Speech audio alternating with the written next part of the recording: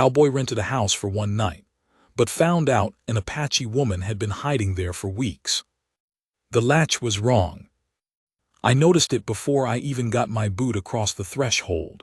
The little iron tab that should have dropped into its bracket was riding high, like somebody'd lifted it from the inside and set it back careful.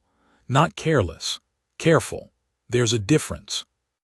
I stood there a moment with my hand on the door and my saddlebags over one shoulder and the cold coming in off the flats behind me.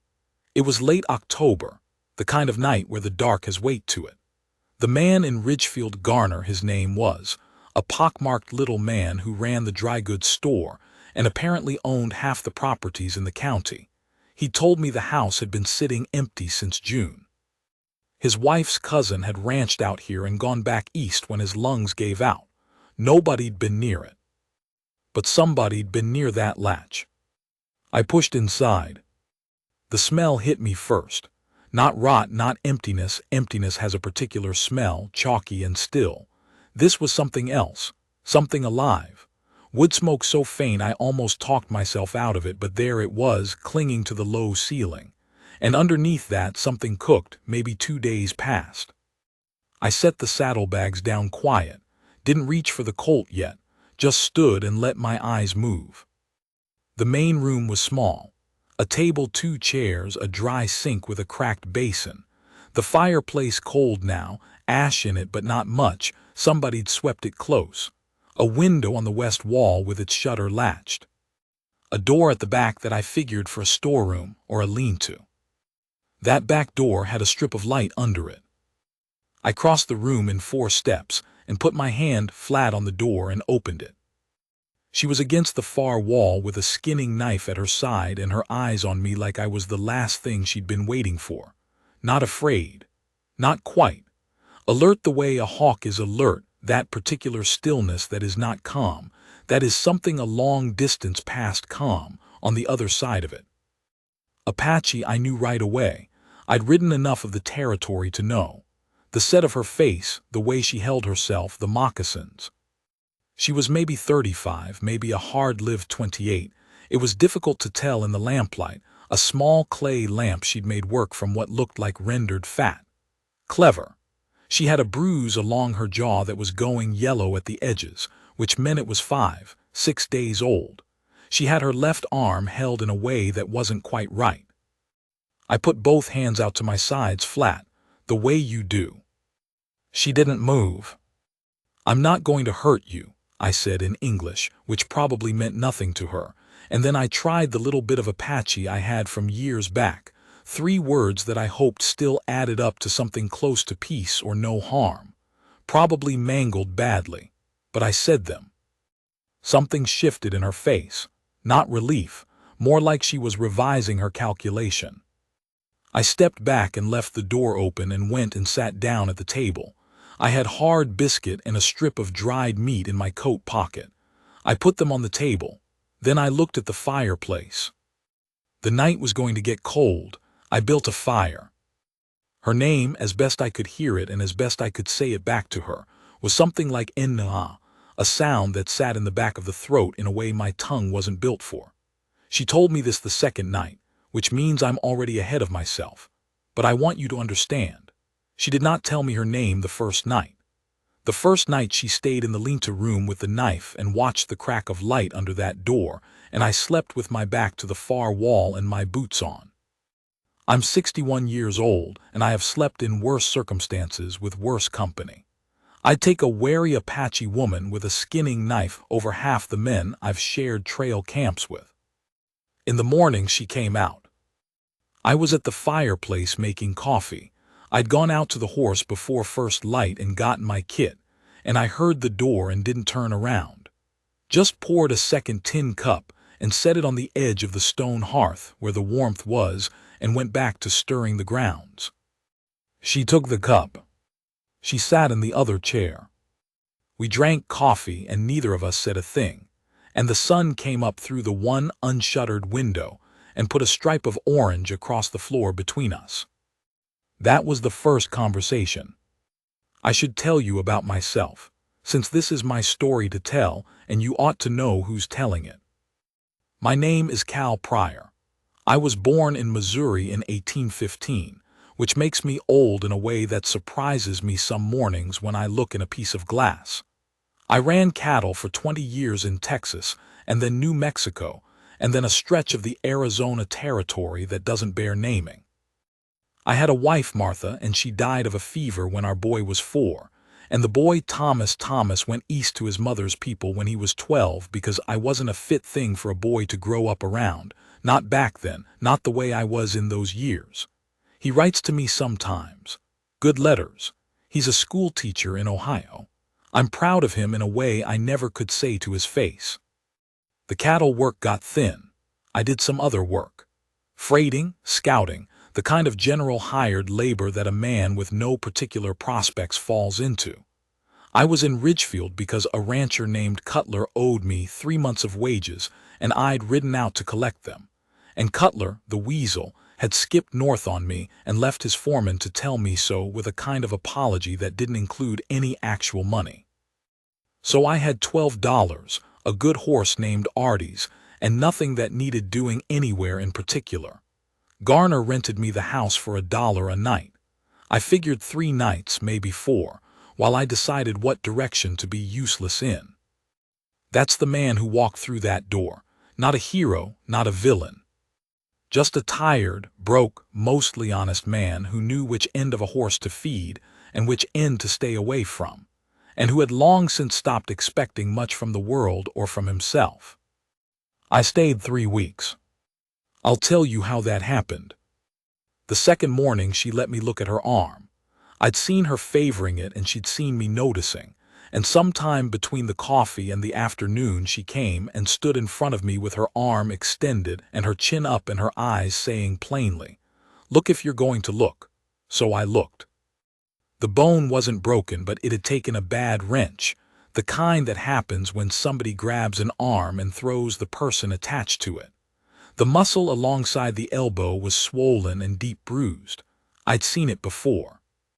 Done it a couple times, once coming off a horse and once in a fight I'm not proud of.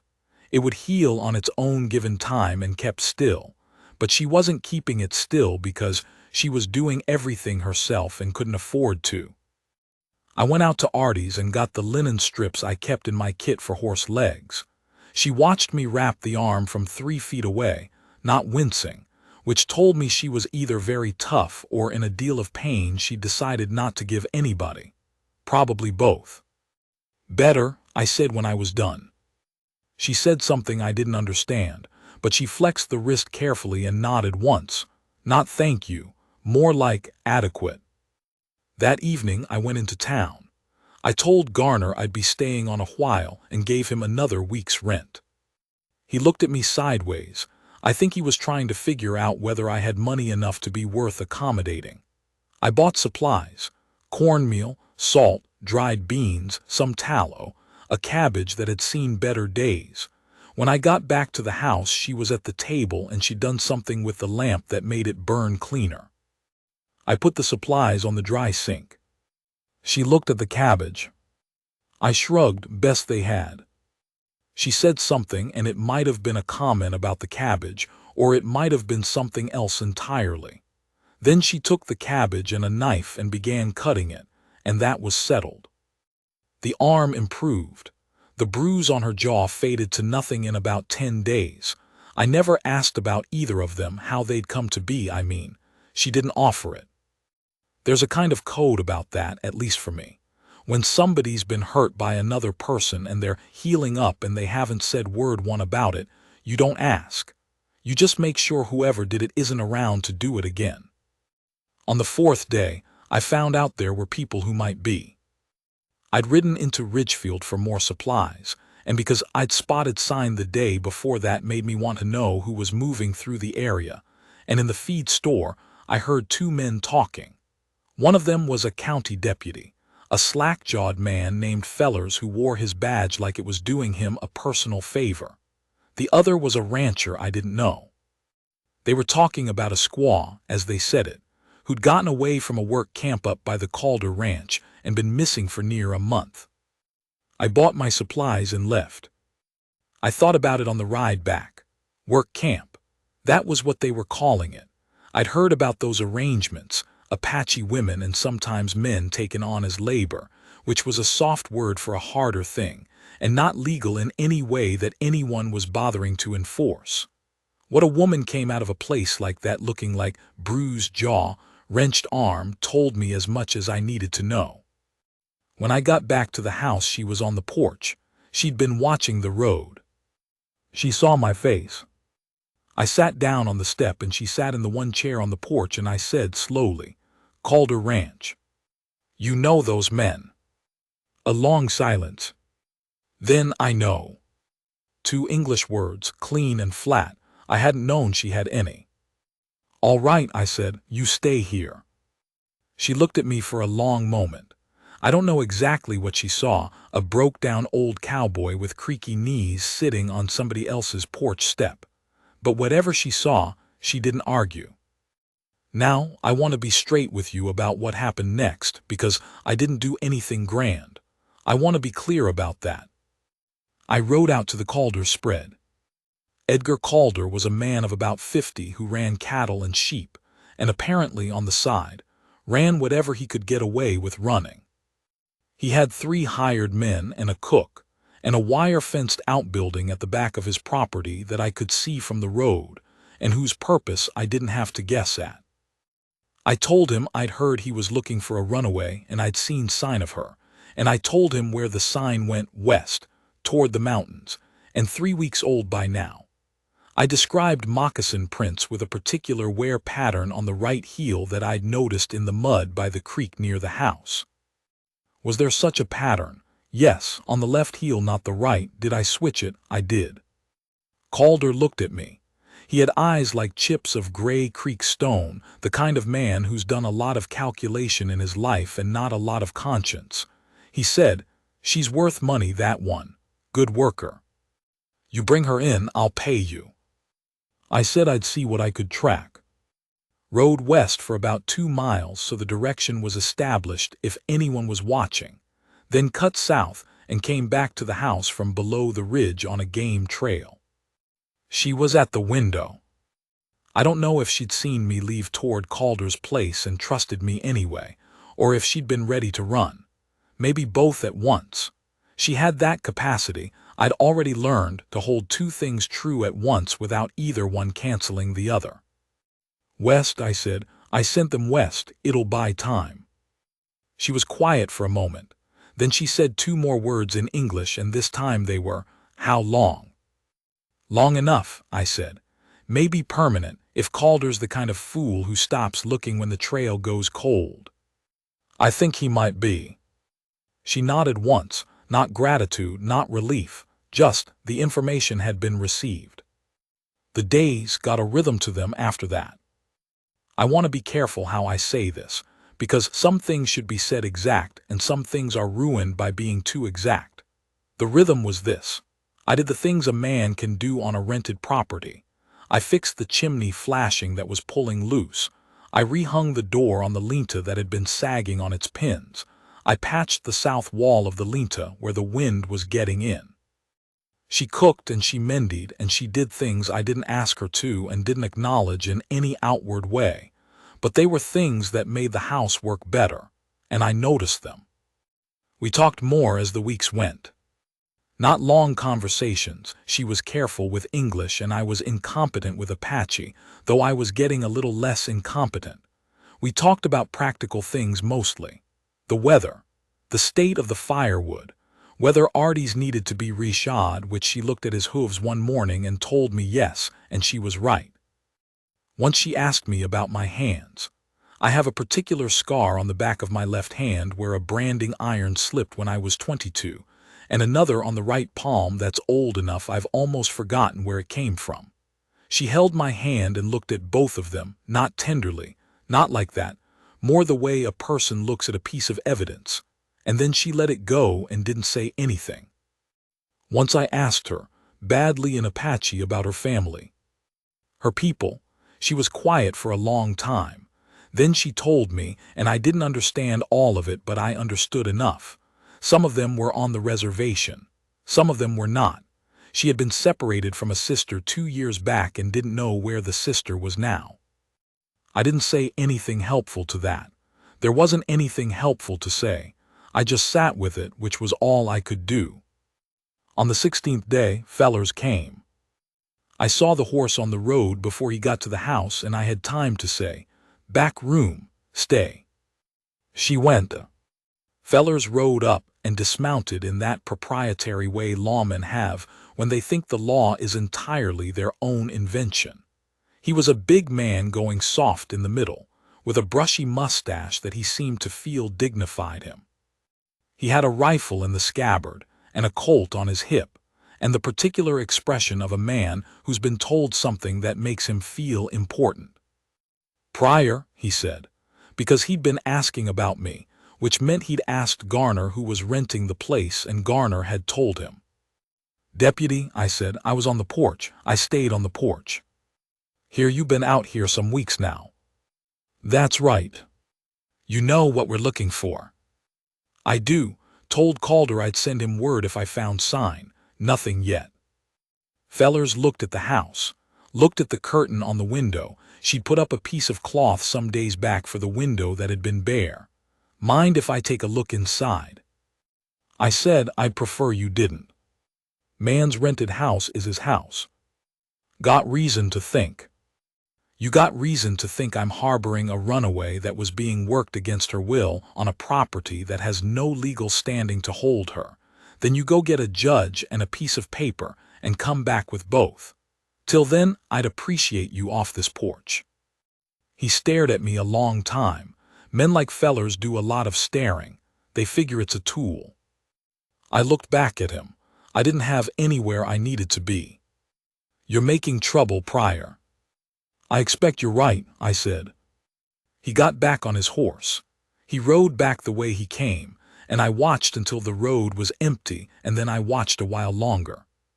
She came out of the back room and stood in the doorway. "He'll come back," I said, "probably with Calder." She nodded. "I can take you somewhere. There's a mission south about 2 days' ride. Father Riva's. He's an honest man. I've known him 20 years. He'll help you get to wherever you need to get to." She was very still. The afternoon light was coming through the west window, and it put one side of her face in gold and left the other in shadow, and she had that hawk stillness again, that thing that lived past calm on the far side of it. "Or," I said, "you stay. I'll handle Calder and Fellers." She looked at me for a long time. "Why?" she said. Just the one word. A real question, not a challenge. She wanted to know, and she was asking straight out the way people do when they've run out of patience for indirection. I thought about it. I'm not quick with words, never have been, and I wasn't going to hand her something pretty if I didn't mean it. "Because what they're doing is wrong," I said finally. "And I've ridden past wrong things my whole life and kept on riding, and I'm too old to keep doing that and respect myself in the morning." She said nothing for a long moment. "Then too old." She might have been mocking me, might have been making a kind of observation. The corner of her mouth moved a fraction, and I decided it was something between those two things. "Yeah," I said. "Then I stay," she said. "We handle." I noted the "we." Calder came on the 19th day, which gave us 3 days to prepare, and we used them.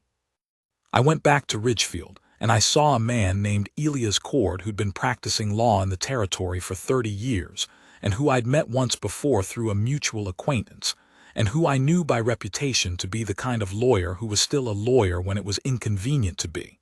I told him the situation. I did not tell him exactly where the woman was. I told him what a work camp at the Calder Ranch was, and what came out of it. Cord listened. He had big ears and a good mind, and the particular patience of a man who's heard most things twice already, and is waiting to hear what's different about this one. He said, "You know this'll take time even if everything breaks right." I said, "I just need it started." He started it.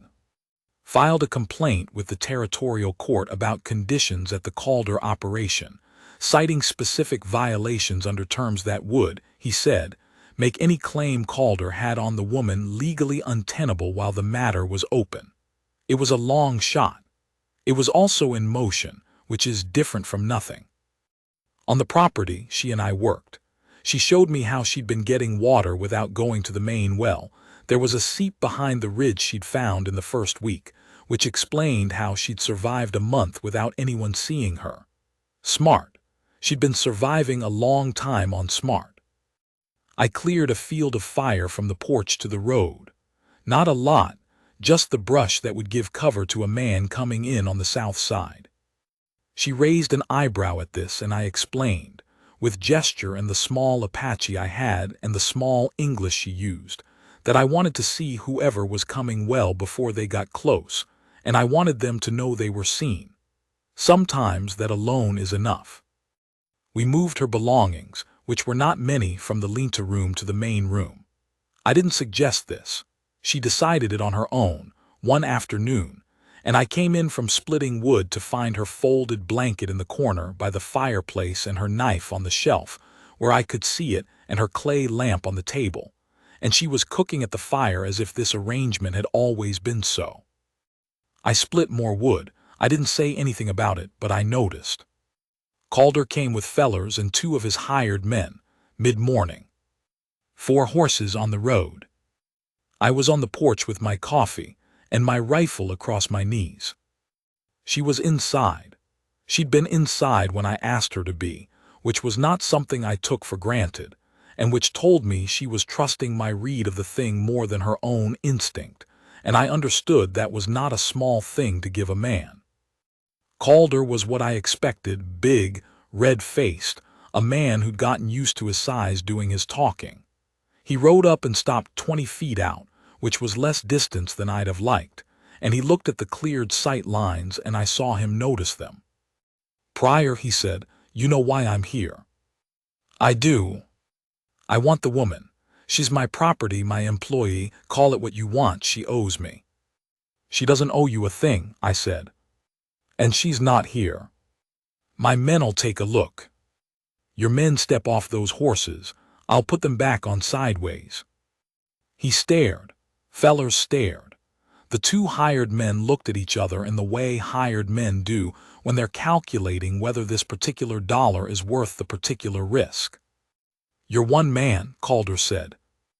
"I am," I said, "and I've got a complaint filed with the territorial court in my name about what you've been running out on that ranch. Cord's name is on it. You know Cord." Silence. Calder knew Cord. I could see it in his jaw. "You've been busy," he said. "I have been. So before you decide what your next move is, you might think about whether it's better to come out of this with a fine and some conditions on your operation, or whether you want to come out of it with an assault charge on top of everything." Another silence, long one. Fellers said something quiet to Calder. I didn't hear the words, but I heard the tone, advice toward retreat. Fellers was dumb, but he wasn't completely stupid, which is sometimes enough. Calder looked at the house, looked at the porch, looked at me. "This isn't done," he said. "No," I agreed, "but you're going to ride back down that road now." He did. I watched until the 4 of them were small shapes in the distance, and then I set the rifle on the porch rail and picked up my coffee, and it had gone cold. She came out from inside. She stood beside me, and we both looked at the empty road and the flat country beyond it, dry grass the color of old wheat, a hawk working the thermals above the ridge. It was a bright morning, not warm but bright. She didn't say anything for a while. Then she said, "You were afraid." It wasn't a question and it wasn't an accusation, just an observation. "Yes," I said. "But you stayed on the porch." "Yes." She said something in Apache then. I didn't know all the words, but the shape of it, the weight of it, I understood the shape. It was something like, "A man who is afraid and stays anyway is more useful than a man who is not afraid," or maybe it was more particular than that. Maybe it was about me specifically. I didn't ask her to translate.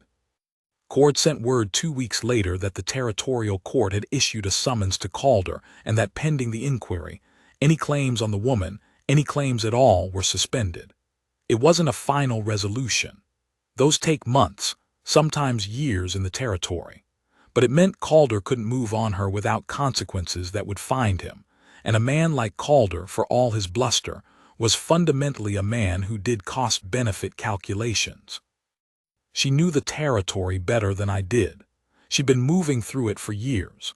When Cord's letter came and I read it to her slowly, twice, explaining the legal language as best I could, she sat with it for a long time and then she said in English, "I need to find my sister." "I know," I said. "She is north, reservation maybe." Or she stopped. The or held a lot of things she wasn't saying. "You want me to help you find her," I said. She looked at me the way she'd been looking at me since the beginning, that assessment, that revision of the calculation, the hawk stillness. But there was something else in it now that hadn't been there on the first night. Not trust exactly.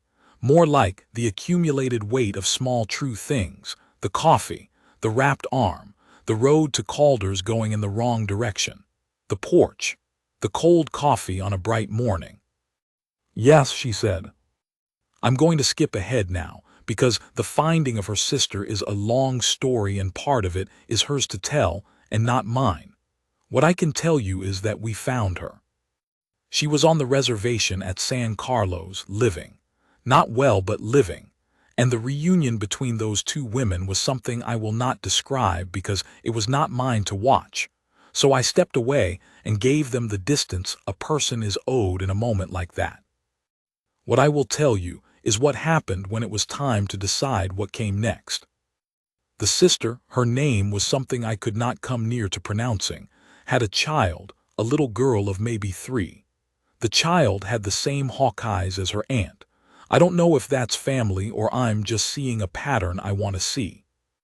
We were camped at the edge of the reservation land, where I'd been told politely but firmly that I should camp and not closer. Fair enough. The night was cold and I had a fire, and I told myself I'd give them 3 days and then ask what they wanted to do. She came to my fire on the second night. She sat down across from me.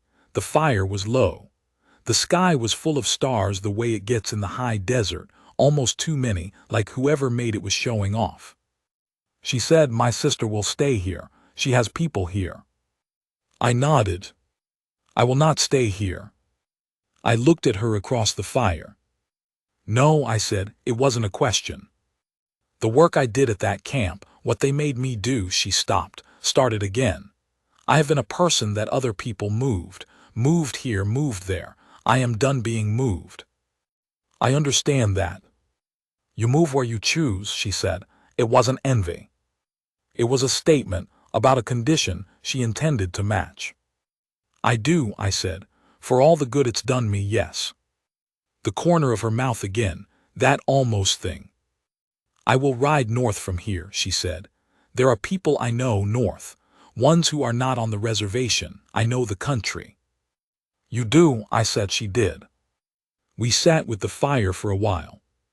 Then she said, "You could come." I looked at her. She was looking at the fire, not at me, which told me the offer cost something to make, and she was giving it its own space. "North," I said.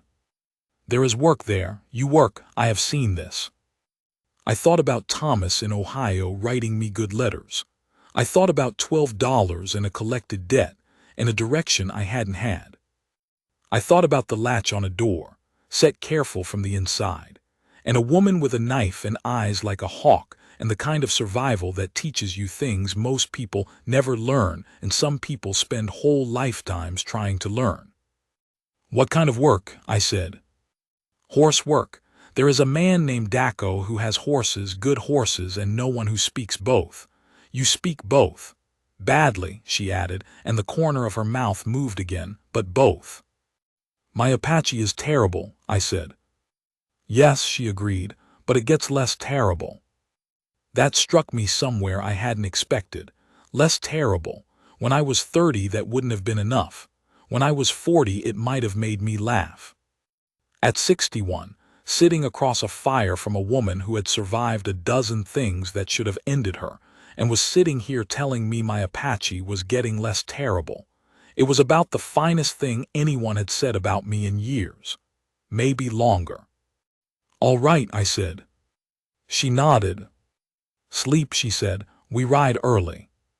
That was 3 years ago. I don't tell this story often, and I'm aware that the shape of it might lead a man to think it's romantic in the soft sense, the sentimental sense. I want to be clear that it wasn't, not like that. What it was is harder to name and more useful. What it was is this.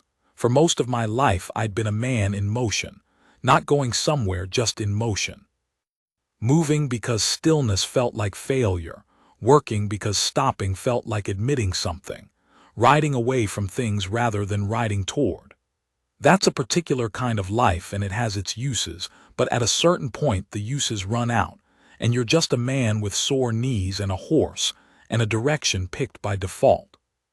She showed me something different, not through words, not through what you'd call lessons, just through the way she moved through the world, knowing exactly where she was, what she needed, what she was doing.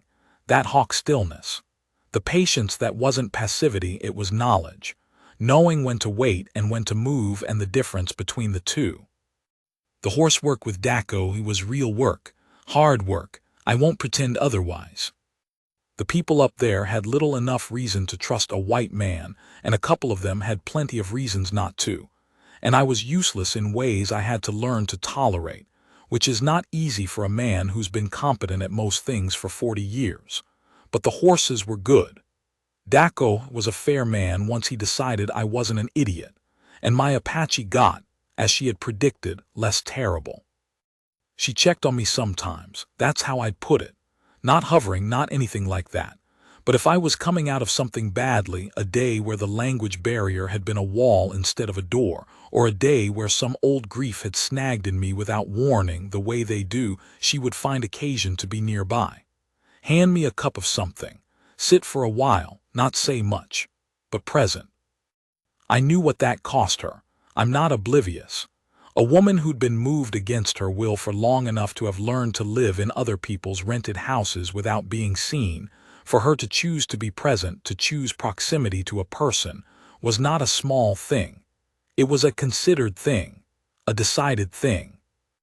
I don't know how to say what that meant to me without ruining it by saying it too direct. There was an afternoon in the second year when one of Daco's young men, 19, 20, quick-tempered, said something to me that I didn't understand fully but understood enough. And I said something back in Apache that I probably got wrong, but that landed. And it went back and forth until it was the kind of argument that was about to become something other than an argument. She stepped between us. Not to calm things down, not to apologize for me or for him. She said something to the young man, 3 short sentences, flat and plain, and he went away, not happy but gone, and she turned and looked at me and said in English, "You were right. Badly said, but right." "High praised," I said. "From me," she said, "yes." That was the day. I don't know how to say it more exactly than that. It was the day something settled. Some piece of accounting I hadn't known I was keeping came out even.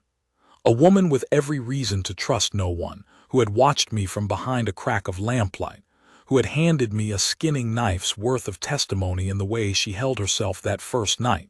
This woman was standing in front of me and saying, "You were right." A man thinks he knows what he needs. Usually he's wrong. I thought I needed to be useful, needed to be competent, needed wages and work and a direction. And those things were true enough. But what I hadn't known I needed, what I hadn't even known was missing, was this: to be seen correct by someone who didn't have to see it and hadn't been asked to see it and saw it anyway. I didn't say any of this to her. I nodded and went back to the horses. But I carried it. The last thing I want to tell you happened last fall. There's a morning custom up there. The women go to the creek early, before the camp fully stirs, and it's their time, and that's that. I would no sooner intrude on it than I'd put my hand in a fire. But I was up before light that morning, couldn't sleep, the way you can't some mornings at my age, and I was sitting outside Daco's fence watching the sky go from black to deep blue to that first thin line of almost light along the eastern edge. And I had my coffee, and I was thinking about nothing in particular. She came back from the creek and she saw me sitting there, and instead of going inside she came and sat down on the fence rail about 3 feet from me. She had her hair loose, which I hadn't seen before, and she had water on her face still, and she was looking at the same line of light I was looking at. We sat there for a while. Then she said, without looking at me, "You are a good man, Cal Pryor. I've been called a lot of things in my life. I've been called useful, and I've been called stubborn, and I've been called reliable, and I've been called a fool, and one time, in San Antonio in a year I'd rather forget, I was called considerably worse. I've taken most of it in stride because most of it seemed about right." She'd never called me anything, not in the name-calling sense. She observed me, she assessed me, she revised her calculation. She said, "Badly said but right." She said, "Less terrible." Those were her compliments, and I took them as they were meant.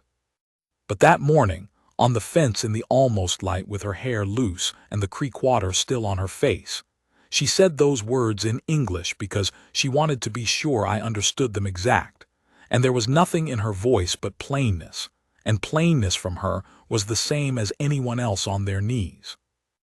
I looked at her then. She was looking at the horizon. The light was coming. Her face had that stillness, but not the hawk stillness, something quieter than that, something on the near side of it this side. I said, "I'm working on it." She made a sound that was more breath than laugh, but was in that direction. "I know," she said. She slid off the fence and went inside, and the sun came up over the edge of the world in the way it does out there, fast, like it had been waiting. And I sat there with my cold coffee and the light on my face, and I was a 61-year-old man with bad knees and a terrible command of Apache and not a great deal of money. And I was fine. That's the thing I want you to take from this, if you take anything. Not the drama of it, not the standoff on the porch or the ride to find the sister or any of the parts that sound like a story. Just that last part. The coffee going cold and the light coming up and the being fine. I'd stopped expecting that somewhere along the years. Stopped expecting to be fine in that particular way, the quiet way, the way that doesn't need anything added to it. Funny what a wrenched arm and a lamp made from tallow and a woman who called my Apache less terrible can do for a man. Artie's is getting old. I'll need another horse in a year or two. My knees don't love the cold mornings. I write to Thomas in Ohio more than I used to, and his letters back are longer than they were, which I choose to take as a good sign. She found her sister. I helped with that. She finds me some mornings at my worst without asking. I don't know what to call that except what it is. A good woman saw what I was and didn't look away from it. That's everything. That's the whole story. The sun came up and I was fine.